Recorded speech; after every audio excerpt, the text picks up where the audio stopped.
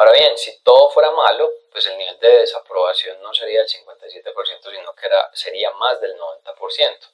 Entonces el 37-39% de personas que siguen confiando en Gustavo Petro terminan siendo personas que ven en su visión políticas que puedan hacer cumplir elementos en la parte social, que lastimosamente este gobierno, pese a que las prometió, no los logró materializar.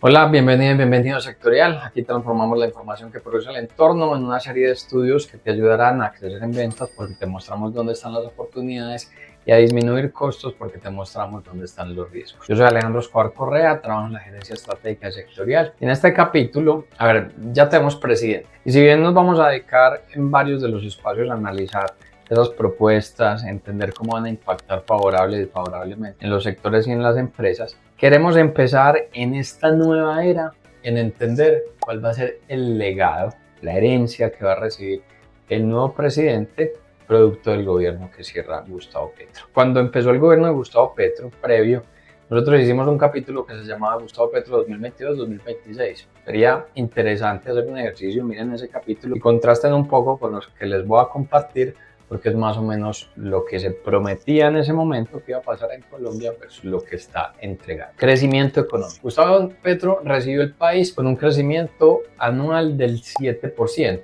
Lo va a estar entregando en el orden de un 2,2% de crecimiento. ¿Qué ocurrió? A ver, su apuesta desde la parte económica en crecimiento estaba en priorizar una serie de sectores. De hecho, esa priorización era diferente a los sectores tradicionales en nuestro país, y lo esgrimió en el Plan Nacional de Desarrollo. Sin embargo, ese Plan Nacional de Desarrollo no lo terminó ejecutando, generó muchos cambios en los ministerios, con lo cual los planes tácticos no se materializaron, y lo que sí se materializó es que no se explotó pues los recursos que nosotros tenemos, como es la parte de los hidrocarburos. Eso le generó una consecuencia importante en que, por ejemplo, las exportaciones de nuestro país en el 2022 eran algo así como 57.000 millones de dólares, en el 2025 fueron 50.000 millones de dólares, perdieron 7.000. Cuando uno mira inversión extranjera directa, también por la consecuencia de hidrocarburos, en el 2022 nosotros recibíamos 17.000, cerramos 2025 en el orden de 9.000 millones de dólares, es decir que perdimos algo así como unos 8.000 millones de dólares. Eso, entonces, consecuencias luego en el ritmo de crecimiento. También, ¿qué ocurrió? Decidió no generar construcción. Construcción, que era un sector que pesaba algo así como el 7% de nuestro PIB, en la actualidad pesa menos del 5% del PIB. Las cosas incluso pudieron haber sido peor, pero se presentaron elementos interesantes. Por ejemplo, en la parte de inflación, recibió el país con una inflación del 10,2%, la va a estar entregando en el orden del 5,8% al 6%. Incluso la podría haber entregado en un menor nivel de inflación, porque el año pasado, al cierre del 2025, la inflación ya está en niveles del 5%. Sin embargo, decidió subir abruptamente el salario mínimo sin ningún tipo de análisis técnico. Eso tuvo unas consecuencias en la parte inflacionaria.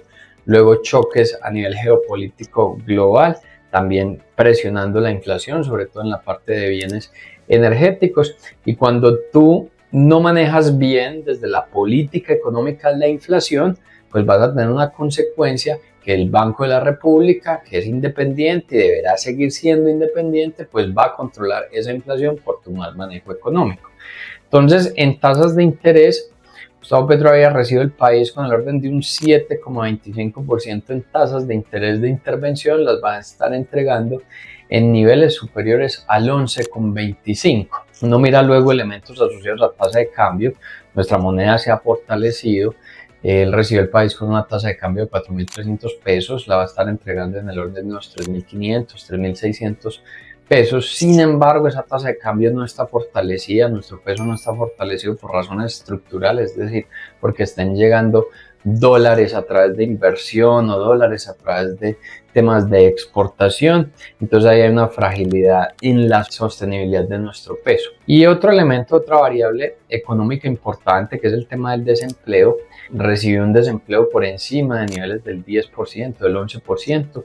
La está entregando en niveles récord de desempleo a tasas del 8,8%. Eso sin duda ha ayudado, por ejemplo, en efectos de pobreza que se sitúa en el 30%, está ahora en el 28%.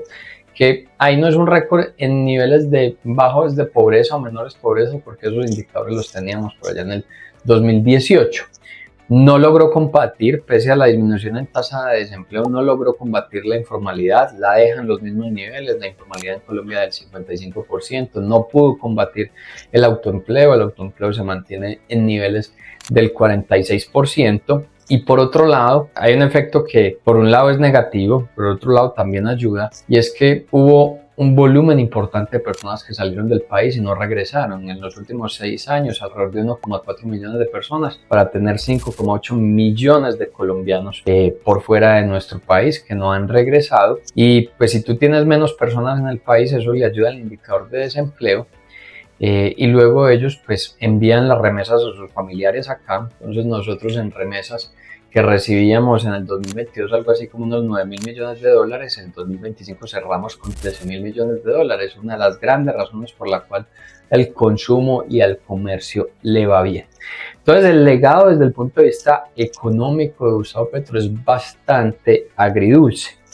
Luego el presidente electo pues tratará de hacer una serie de proyectos, una serie de planes que para materializarlos pues necesitará recursos financieros, y el legado de Gustavo Petro es dejarle un déficit fiscal anual de 120 billones de pesos, que llega a tocar más o menos el 8% del PIB, o sea, le deja a un país sin recursos financieros. Adicionalmente lo deja súper endeudado, más de 1.200 billones de pesos, por los cuales el presidente electo tendrá que responder a través de su plan financiero, a través de su Ministerio de Hacienda. ¿Qué decir, por ejemplo, de la confianza sectorial, la confianza empresarial?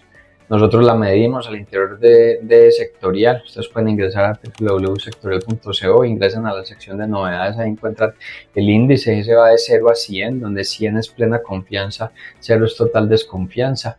Entrega un país con un índice de confianza en los sectores en 42 puntos.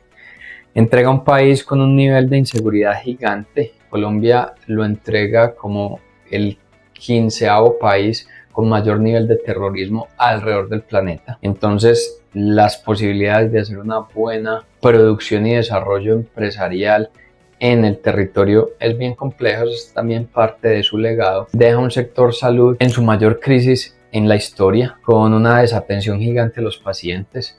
Recibió un sistema de salud con quejas de los pacientes mensuales del orden de 80.000, las está entregando en 162.000 quejas de los pacientes, y está entregando un pasivo en deuda de salud del orden de unos 37 billones de pesos. La mezcla de todos esos elementos es lo que llevaron, por ejemplo, cuando uno analiza la aprobación de Gustavo Petro cuando asumió la presidencia, era del 60%, su nivel de aprobación es del 37-39%, así lo está entregando, o así cierra su mandato, un nivel de desaprobación del 57%. Ahora bien, si todo fuera malo, pues el nivel de desaprobación no sería del 57%, sino sería más del 90%.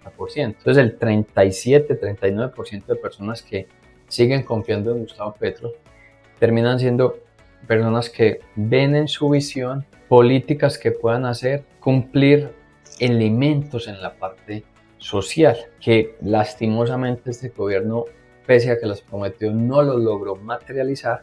Entonces ese va a ser un gran elemento que tendrá que trabajar el presidente electo, como si cumple los elementos sociales, así los vea de una perspectiva diferente.